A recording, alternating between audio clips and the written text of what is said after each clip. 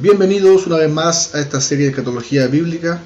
Damos gracias a Dios por su amor, su misericordia, por su gracia y por permitirnos el tiempo de poder profundizar, dedicar tiempo en nuestras vidas a estudiar su palabra. Estamos en esta ocasión compartiendo el segundo video de la tercera parte de esta serie de escatología, la cual he titulado Implicancias del estudio de escatología en la vida cristiana.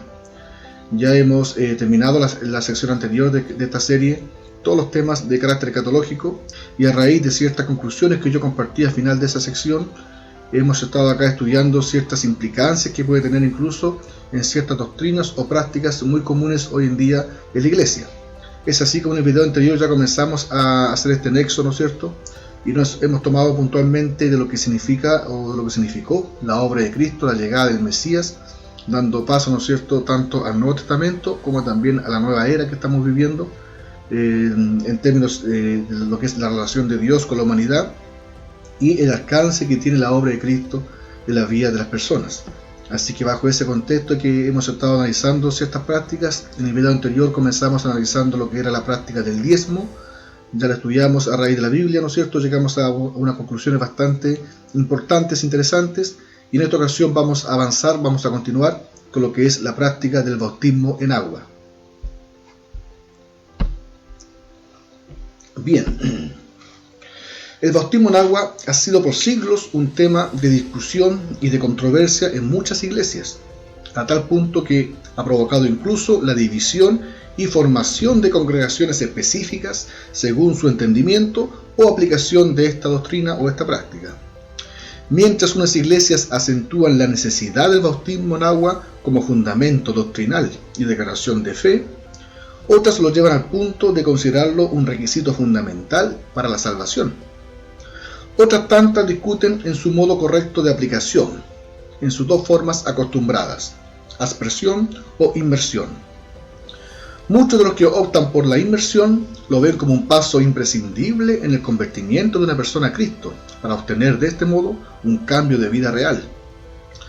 Quienes optan por una aplicación por aspersión lo ven más bien como un acto público, simbólico y representativo de la decisión personal de entregar nuestras vidas a Cristo. De ese modo surgen varias interrogantes al respecto. ¿Es necesario el bautismo en agua para ser salvo? ¿Cuál es el modo correcto de aplicarlo? ¿Es el bautismo en agua para la iglesia? ¿Qué diferencia hay entre el bautismo en agua y el bautismo del Espíritu Santo? ¿Recibo el Espíritu Santo cuando me bautizo en agua? A pesar de que en la Biblia no encontramos las respuestas a todas estas preguntas de una manera directa y específica, encontramos de todos modos pasajes con principios esenciales que nos brindan claridad al respecto. Gran parte de estos principios se obtienen del estudio de escatología que hemos realizado. En lo personal, y antes de comenzar este estudio, como mencioné en las conclusiones de la sección anterior, tenía algunas ideas en mente según lo que había leído en la Biblia, y tenía algunos principios como base para la comprensión de ciertos temas, incluido el bautismo en agua. Lo que tenía claro, y creo que es lo primero que se debe aclarar y despejar, es que no existe ninguna obra humana que se necesite realizar para alcanzar la salvación. De ser así, por demás vino Cristo. Eso quedó asentado desde la caída. Dios demostró que el hombre no puede redimir sus culpas por sus propios méritos, lo que originó el plan de redención y la necesidad de que viniera Cristo. De ese modo hay que despejar completamente la idea de que necesito el bautismo en agua o cualquier otra obra para ser salvo. Tal como se analizó en el tema anterior, al persistir en la necesidad de cualquier práctica humana para complementar o completar mi salvación, no se cae solo en un error de comprensión o interpretación, sino en una afrenta contra la obra redentora de Cristo. En Romanos, Pablo lo enfatiza bastante. Si es por obras, ya no es por gracia, dijo Pablo en Romanos 11:6. La sangre de Cristo es suficiente para redimirnos de toda nuestra culpa y condenación. Ninguna condenación hay para los que están en Cristo Jesús, Romanos 8:1. No hay necesidad de ningún otro requisito más que nuestra fe y aceptar a Cristo como nuestro Salvador. Con todo esto, siguen algunas interrogantes por resolver en relación al bautismo en agua. Según lo estudiado en escatología, y de acuerdo a las conclusiones obtenidas, podemos apreciar cómo la comprensión correcta en cuanto a la relación entre ambos testamentos puede influir en prácticas o doctrinas como el bautismo en agua. Ya hemos analizado este principio elemental y de mucha implicancia para nosotros como cristianos. Me refiero a que el Antiguo Testamento era la sombra del Nuevo. Todo lo figurado allí tuvo su cumplimiento en el Nuevo Testamento. También es importante recordar la distinción o no que pueden tener aún algunos cristianos entre Israel y la Iglesia, tema que quedó muy claro y definido en el estudio de escatología, dado que este punto igualmente tiene mucha relación en este tema, como lo veremos. Para comenzar, el bautismo en las aguas fue una ordenanza que se le encomendó a Juan el Bautista. Así leemos: yo a la verdad os bautizo en agua para arrepentimiento, pero el que viene tras mí, cuyo calzado yo no soy digno de llevar, es más poderoso que yo. Él os bautizará en Espíritu Santo y fuego. Lucas 3:16, Mateo 3:11, Marcos 1:8 y Juan 1:26. Nótese la importancia de esta respuesta de Juan, que quedó registrada de igual modo en los 4 evangelios. Son muy notorios los dos contrastes que realiza para pasarlos por alto. Vemos como en esta respuesta de Juan hay dos contrastes que claramente él enfatiza.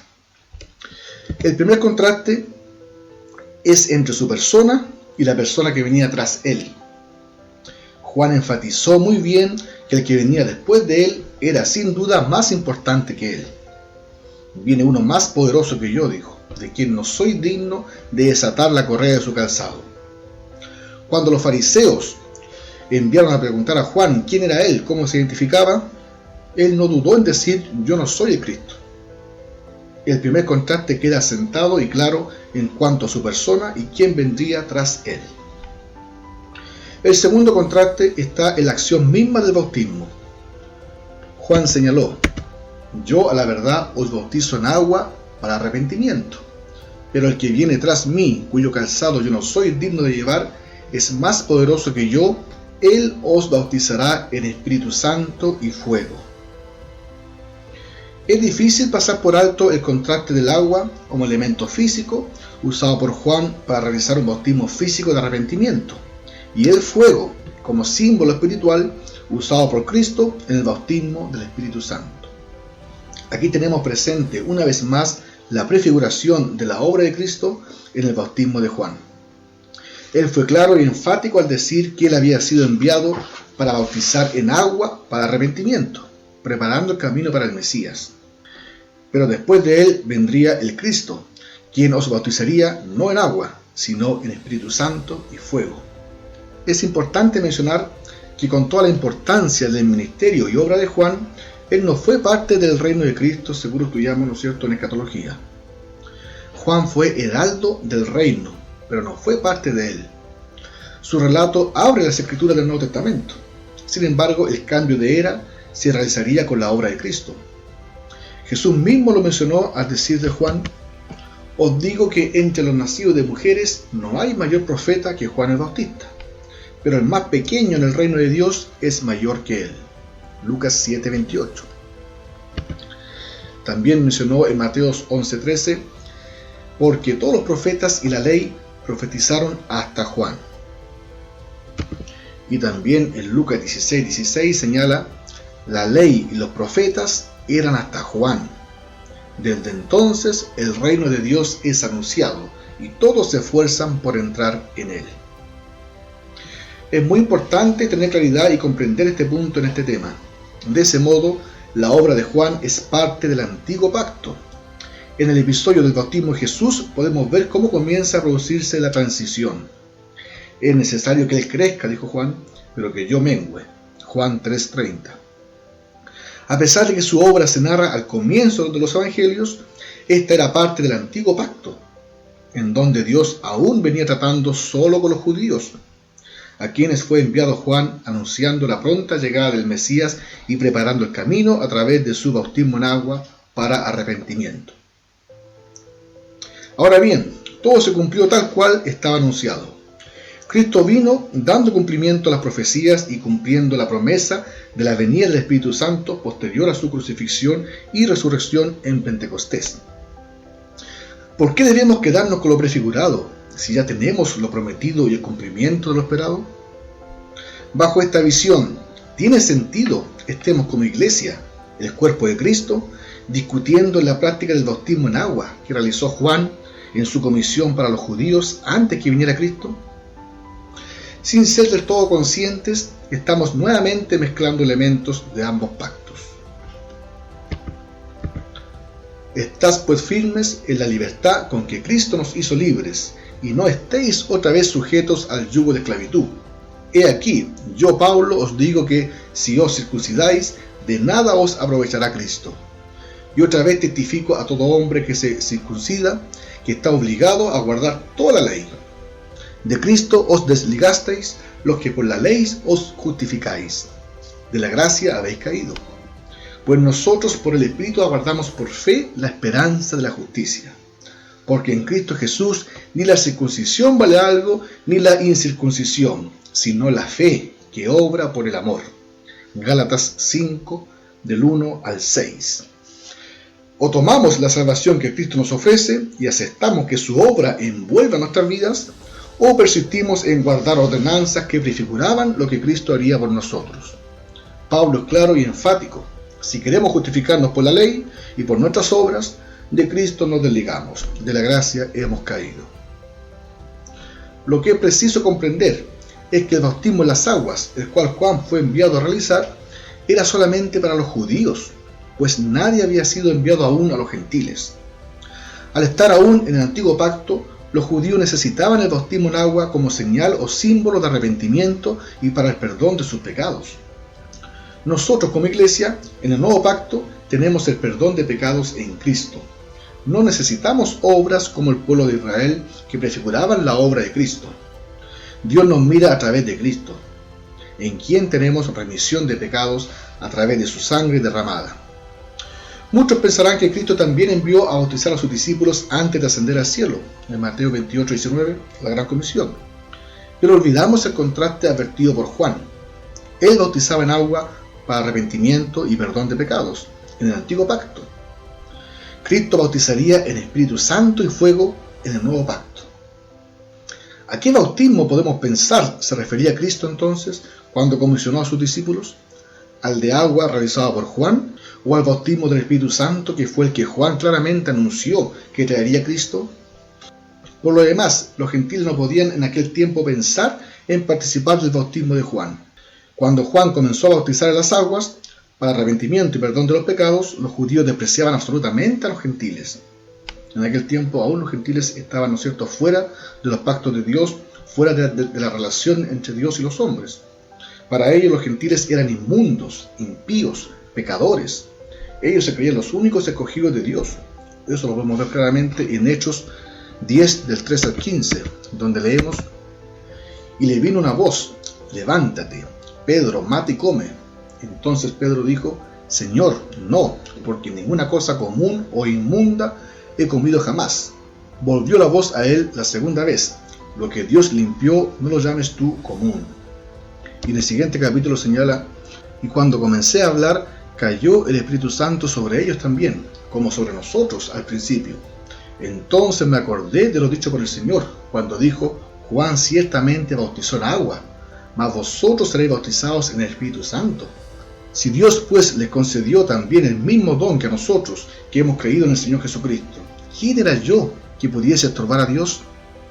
Entonces, oídas estas cosas, callaron y glorificaron a Dios, diciendo: de manera que también a los gentiles ha dado Dios arrepentimiento para vida. Ahí entonces notamos cómo los judíos tenían en ese momento aún la percepción de que los gentiles, ¿no es cierto?, no eran parte del trato con Dios, eran considerados inmundos, ¿no es cierto?, cosa común. Y por eso cuando Pedro acá, a través de su sueño, su visión y después su testimonio, les cuenta a los judíos mismos cómo también Dios les mostró a él que los gentiles habían sido limpiados por Cristo. También entonces comprendieron que también los gentiles estaban llamados a ser parte del pueblo de Dios. También leemos en Mateo 15, 24, 26, él respondió y dijo: no soy enviado sino a las ovejas perdidas de la casa de Israel. Entonces ella vino y se postró ante él, diciendo: Señor, socórreme. Respondiendo él, dijo: no está bien tomar el pan de los hijos y echarlo a los perrillos. Vemos incluso cómo también durante el ministerio de Jesús, aún los gentiles, ¿no es cierto?, eran considerados fuera del trato de Dios. Y también en Mateo 10, 5, 6 se lee: a estos 12 envió Jesús y les dio instrucciones diciendo: por camino de gentiles no vayáis, y en ciudades samaritanos no entréis, sino id antes a las ovejas perdidas de la casa de Israel. No fue hasta después de su muerte y resurrección que Cristo confirmó el pacto con muchos en la conversión de Saulo y visión entregada a Pedro, como leímos recién, incluyendo a los gentiles en su obra redentora. Pero incluso mientras Cristo estaba aún, ¿no es cierto?, en su ministerio propiamente tal, antes de morir, aún así solamente trataba con los judíos. Todo lo que Jesús hacía era solamente para la casa de Israel. Luego Dios se encargó también, después de su resurrección de Cristo, de incluir también a los gentiles. Pero hasta ese momento aún solamente el trato era con los judíos. Es interesante notar que incluso para quienes persisten en mantener una distinción o separación entre Israel y la iglesia, pasan por alto el hecho de que en ese momento la iglesia aún no existía. Juan fue enviado a bautizar en las aguas a los judíos, previo a la venida del Mesías, pero dentro del antiguo pacto aún.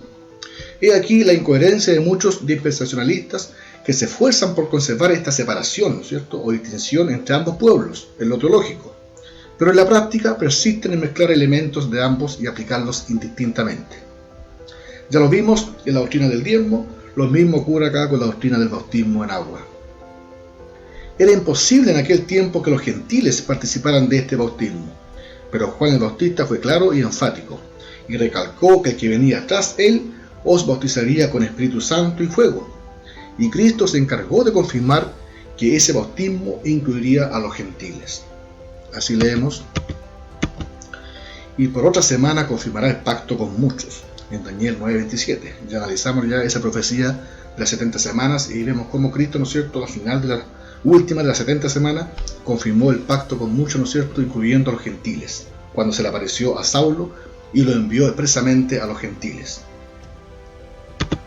Entonces, oídas estas cosas, callaron y glorificaron a Dios diciendo: de manera que también a los gentiles ha dado Dios arrepentimiento para vida.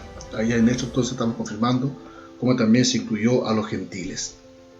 Juan el Bautista dijo: el que tiene la esposa es el esposo, mas el amigo del esposo que está a su lado y le oye se goza grandemente de la voz del esposo. Así pues, mi gozo está cumplido. Juan 3:29. Si nos damos cuenta, la esposa está esperando al esposo de la mano del amigo, es decir, sujeta al ministerio del amigo, no al ministerio del esposo. ¿No nos dice Efesios 5:22 que la esposa está sujeta al esposo? Hoy día muchas iglesias persisten en el bautismo en agua, en lugar de enfatizar el bautismo del Espíritu Santo. Para comprender mejor este tema es preciso de todos modos estudiar en profundidad dos cosas: el real significado de la palabra bautismo y el contexto histórico del libro de Hechos.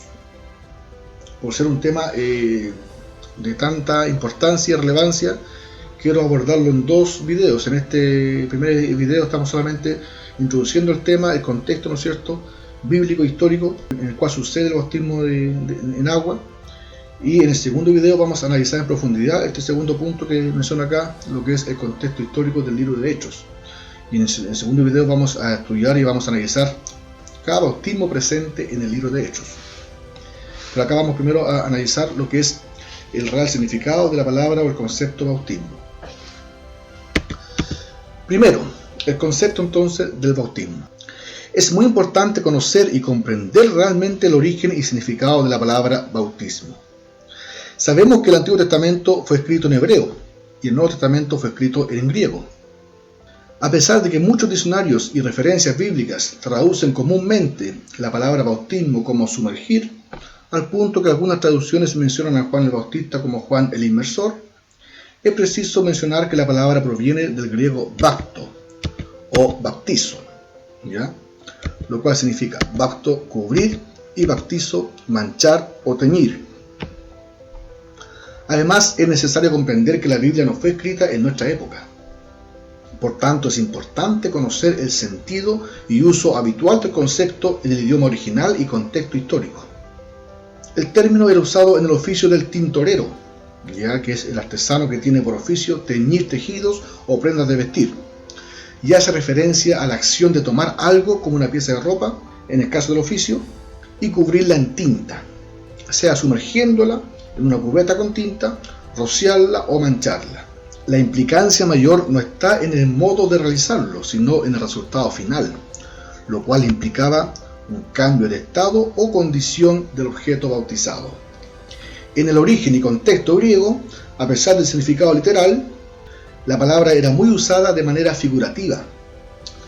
De ese modo, si alguien fue bautizado en el mar, significaba una muerte por ahogamiento.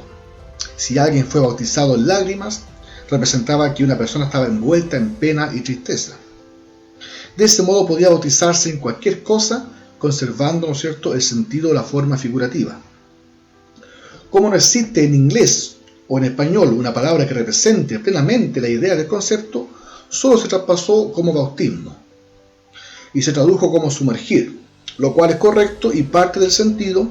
Sin embargo, no representa la idea plena y el real uso del concepto. Se puede bautizar a través de la acción de sumergir, pero no es la única manera y tampoco refleja esta traducción un cambio de estado o condición, mucho menos involucra necesaria o únicamente el elemento del agua. Para nosotros, el concepto propiamente tal aparece en la Biblia recién al comienzo del Nuevo Testamento, en el ministerio de Juan el Bautista. De ese modo se comprende el por qué asimilamos siempre el uso de la palabra con la presencia del agua. Sin embargo, debemos saber que el bautismo no involucra necesariamente el elemento del agua en su sentido original. De ese modo, comprendemos a la vez lo enfático que era Juan mismo al decir: yo a la verdad os bautizo en agua para arrepentimiento. Lo mismo recalcó Cristo cuando dijo: porque Juan ciertamente bautizó con agua, mas vosotros seréis bautizados con el Espíritu Santo dentro de no muchos días. Hechos 1:5. Si el bautismo fuera esencialmente con agua, no habría necesidad de esta aclaración reiterada. Tanto Juan mismo como Jesús constantemente enfatizaban que yo, dijo Juan, bautizo en agua. Jesús dijo, porque ciertamente Juan bautizó con agua, y siempre acentuando que en agua. Por lo tanto, igual se infiere que el bautismo no siempre era en agua. En aquel momento Juan lo hizo a través del elemento del agua como una señal, ¿no es cierto?, de arrepentimiento. Pero podemos ver que el concepto, el sentido original, involucra mucho más. No solamente puede ser o es esencialmente a través del agua. Por eso decía, si el bautismo fuera esencialmente en agua, no habría necesidad de esta aclaración reiterada. Así se entiende el por qué en muchos otros pasajes se utiliza el concepto sin incluir el agua. De ese modo observamos el uso de la palabra en otros contextos en donde claramente no significa la acción de bautizarse en agua literalmente. Sin embargo, al leer bautismo, nuestra mente tiende a asimilarlo solo con la acción del bautismo en agua, que fue el que realizó Juan. Si cada vez que leemos bautismo reemplazáramos el concepto por su significado o idea real, cubrir, manchar o teñir, cambiando la condición, podríamos ampliar nuestra comprensión de muchos textos y evitar caer en el literalismo, perdiendo el sentido y contexto del mensaje o idea central de muchos pasajes. Así, por ejemplo, en 1 Corintios 10:1-2, cuando leemos: porque no quiero, hermanos, que ignoréis que nuestros padres todos estuvieron bajo la nube y todos pasaron el mar, y todos en Moisés fueron bautizados en la nube y en el mar. No entendemos por ello que Moisés se puso a bautizar con agua a todo el pueblo mientras cruzaba el Mar Rojo. Claramente el concepto del bautismo acá está representando otro significado. El pueblo fue inmerso o cubierto junto con Moisés en aquel momento, representando que estaban unidos a él en aquella acción milagrosa. Otras versiones lo traducen: todos fueron bautizados en la nube y en el mar, y así quedaron unidos a Moisés como seguidores suyos. Traducción del lenguaje actual interconfesional. Con esta aclaración podemos comprender de mejor manera la comisión de Cristo a los apóstoles antes de ascender al cielo. Por tanto, id y haced discípulos a todas las naciones, bautizándolos en el nombre del Padre, y del Hijo, y del Espíritu Santo, enseñándoles que guarden todas las cosas que os he mandado. Mateo 28, 19, 20. La palabra nombre proviene del griego onoma, que significa autoridad. Está usada no solo como sustantivo común para nosotros, haciendo referencia a pronunciar el nombre del Padre, el nombre del Hijo y del Espíritu Santo, en el ritual del bautismo con agua. Representa más bien la autoridad del Padre, del Hijo y del Espíritu Santo. A modo de comprender este ejemplo es como decir, ¿no es cierto?, en el nombre del Padre, en el nombre del Hijo y del Espíritu Santo, es como una autoridad, como cuando un oficial de policía, ¿no es cierto?, detiene a un delincuente y le dice, te detengo, ¿no es cierto?, en el nombre de la ley. Está representando, ¿no es cierto?, lo que es la ley, una autoridad mayor. Por lo tanto, al decir acá en el nombre del Padre, del Hijo y del Espíritu Santo, está haciendo alusión a la autoridad del Padre, ¿no es cierto?, del Hijo y del Espíritu Santo. De tal modo que Cristo alude a bautizar a las naciones en el nombre, conocimiento y autoridad del Padre, del Hijo y del Espíritu Santo. Es decir, envolver o cubrir a los que crean con el conocimiento de Dios en toda su plenitud. Y por eso agrega, enseñándoles que guarden todas las cosas que os he mandado. Al comprender esto, sin duda cambia completamente el sentido y entendimiento de muchos pasajes de la Biblia que hablan del bautismo, que veremos más adelante. Así, por ejemplo, el Nuevo Testamento judío lo traduce, por tanto, id y haced talmidim, que significa discípulos, a las personas de todas las naciones, haciendo que queden inmersas, dice, en la realidad del Padre, del Hijo y del Ruach HaKodesh, que significa el Espíritu Santo. O sea, igual aquí vemos que como esta traducción también le da otro sentido a la comprensión de este pasaje y nos quita un poquito de esa literalidad que podemos obtener al leerlo en la versión tradicional, ¿no es cierto? Por tanto, id y haced discípulos a todas las naciones, bautizándolos en el nombre del Padre. Aún tenemos, ¿no es cierto?, asimilado el concepto del bautismo como echar agua o cubrir con agua. En cambio acá, como dice, que queden inmersos en la realidad del Padre, del Hijo y del Espíritu Santo. O sea, que queden cubiertos, que queden, ¿no es cierto?, en pleno conocimiento, envueltos en el conocimiento o la autoridad del Padre, del Hijo y del Espíritu Santo. Y por eso agrega, enseñándoles que guarden todas las cosas que os he mandado. O sea, también educar, enseñar, envolver, cubrir con el conocimiento de Dios, tanto el Padre, Hijo y Espíritu Santo. Así también podemos comprender incluso otro pasaje que también se ha prestado como fundamento para interpretar o creer que Jesús estaba enviando a sus discípulos también a bautizar en agua, como lo es el pasaje de Marcos 16:16, que dice, el que creyere y fuere bautizado será salvo, mas el que no creyere será condenado. También incluso muchos toman este pasaje para dar fundamento a la creencia, a la idea de que también el bautismo es necesario para ser salvo, ya que también Jesús mencionó será salvo. Ya, pero si nos damos cuenta, dice, el que creyere y fuera bautizado, está todo una frase unida, ya luego está la coma, añade será salvo. O sea, claramente podemos acá notar que el ser bautizado está dentro de creer. El que creyere y fuera bautizado será salvo.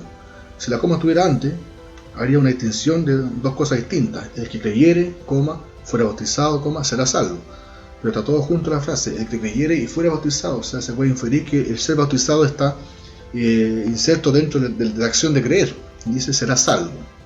Más el que no creyere, será condenado. O sea, claramente se puede inferir, ¿no es cierto? Se puede comprender cómo ese fuera bautizado que menciona Jesús ahí, ¿no es cierto? Puede ser también que sea cubierto dentro de lo que es el creer en Cristo, en Jesús. De ese modo, entonces, al momento de aceptar y creer en Cristo, somos bautizados, somos cubiertos, ¿no es cierto? Somos envueltos de Cristo mismo, de su poder, del Espíritu Santo, de todo lo que significa la obra de Cristo. Es por eso que en Efesios, ¿no es cierto?, leemos que dice, en él también vosotros, habiendo oído la palabra de verdad, el evangelio de vuestra salvación, y habiendo creído en él, fuisteis sellados con el Espíritu Santo de la promesa. Ahí también encontramos una confirmación que como al momento también de creer, dice que fuimos sellados con el Espíritu Santo.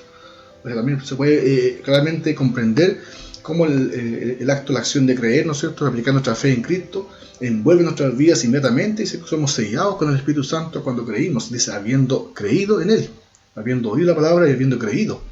Ya no hay una acción más, ¿no es cierto?, aparte, ¿no es cierto?, que el creer. Ahí fuimos envueltos, fuimos bautizados, inmediatamente fuimos sellados con el Espíritu Santo solamente habiendo oído y habiendo creído en él. Ahí se comprende entonces el pasaje que Cristo dijo, el que creyere y fuera bautizado. ¿Qué bautismo se refiere entonces a Cristo? Al bautismo del Espíritu Santo. Como lo confirma acá Efesios, habiendo creído, fuimos sellados con el Espíritu Santo. Bien. Y lo segundo, el contexto histórico del libro de Hechos. Muchos cristianos se fundamentan en el libro de Hechos y varios pasajes y episodios de los apóstoles narrados allí para continuar con el bautismo en agua y sostener esta doctrina de la iglesia hoy. Sin embargo, es preciso señalar lo siguiente en relación al libro de Hechos. Cristo murió en un día y resucitó en 3 días. Sin embargo, la implicancia de su obra no se produjo de la noche a la mañana. El libro de Hechos es crucial para esta comprensión. Narra los hechos después de la ascensión de Cristo al cielo, el cumplimiento de la promesa del descenso del Espíritu Santo y el comienzo de la Iglesia Apostólica. Todos esos acontecimientos se narran en el libro. De tal modo, es un libro de transición entre el Antiguo Pacto y el Nuevo Pacto. Los apóstoles mismos se vieron envueltos en esa disyuntiva de manera reiterada, como lo narra el libro de Hechos constantemente.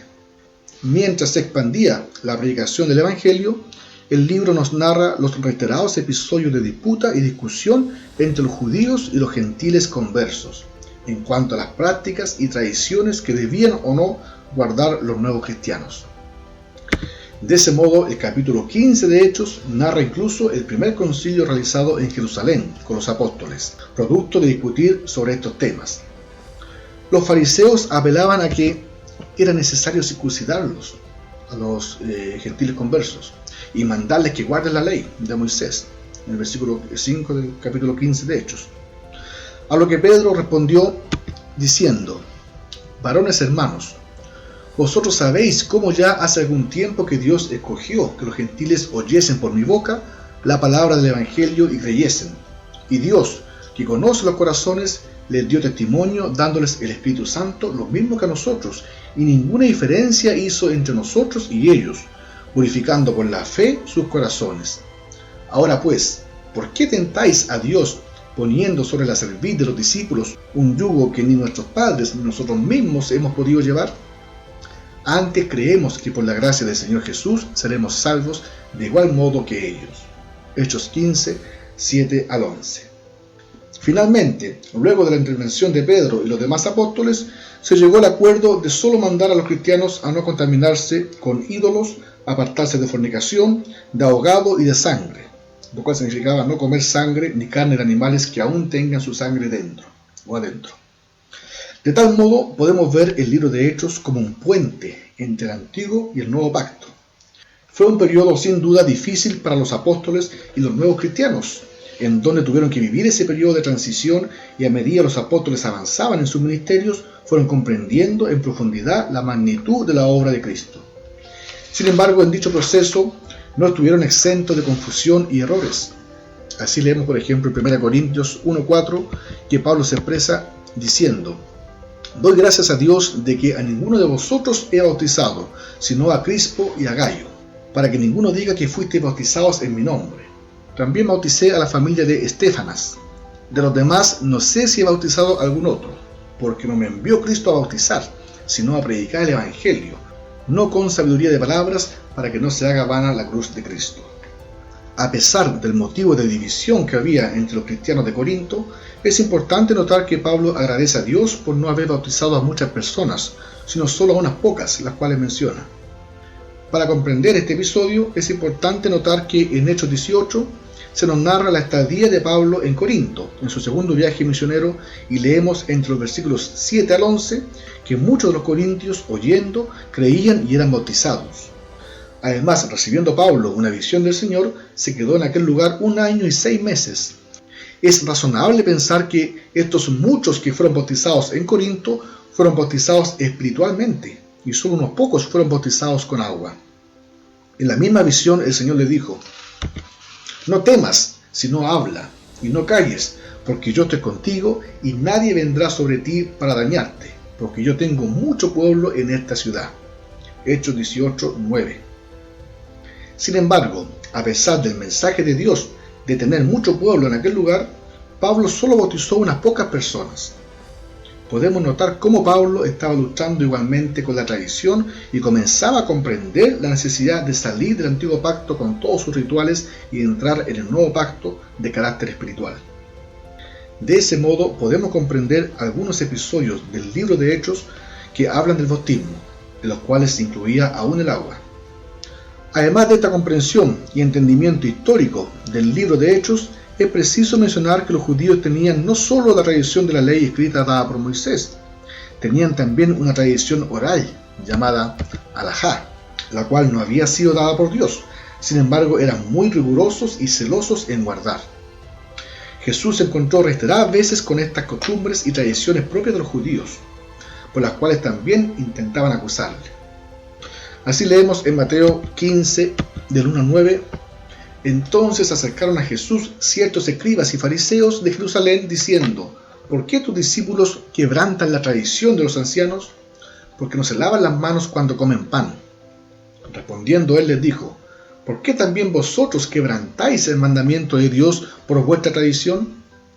Así habéis invalidado el mandamiento de Dios por vuestra tradición. Hipócritas, bien profetizó de vosotros Isaías cuando dijo: este pueblo de labios me honra, mas su corazón está lejos de mí. Pues en vano me honran, enseñando como doctrinas mandamientos de hombres. Dentro de esta tradición oral tenían la costumbre también de hacer prosélitos, lo cual consistía en convertir a un gentil al pueblo judío, a través de un proceso de conversión que consistía en 3 pasos. El proceso entonces de hacer prosélitos. Todo aquel que quería, ¿no es cierto?, convertirse al pueblo judío debía circuncidarse, ofrecer en sacrificio 2 tórtolas o 2 palominos y debía bautizarse en agua. Cristo también hizo mención de esta práctica de los judíos. Así leemos: ay de vosotros, escribas y fariseos hipócritas, porque recorréis mar y tierra para hacer un prosélito, y una vez hecho, le hacéis 2 veces más hijo del infierno que vosotros. Mateo 23:15. De ese modo podemos comprender el por qué en el libro de Hechos aún se encuentran pasajes haciendo alusión al bautismo en agua para los gentiles que se convertían al cristianismo. Sin embargo, avanzando en las cartas de los apóstoles, vemos cómo queda aclarado y confirmado qué bautismo debemos buscar los cristianos. Entonces, si nos damos cuenta con todos estos antecedentes históricos que hemos presentado acá, incluyendo el concepto mismo del bautismo, más también estas tradiciones judías que tenían en su momento los fariseos, podemos comprender entonces que hay información importante y relevante a considerar al momento de interpretar, ¿no es cierto?, lo que es el bautismo en agua y su aplicación o no en la iglesia hoy. Ya con este antecedente no menor, que los judíos también tenían su tradición escrita llamada halajá, ¿no es cierto?, y dentro de eso también estaba el proceso de hacer prosélitos, que también incluía un bautismo en agua. Perfectamente podemos comprender por qué entonces durante la narración del libro de Hechos se encontraban constantemente los apóstoles con esa confrontación de los judíos de querer, ¿no es cierto?, judaizar a los gentiles, tanto la circuncisión como también el bautismo.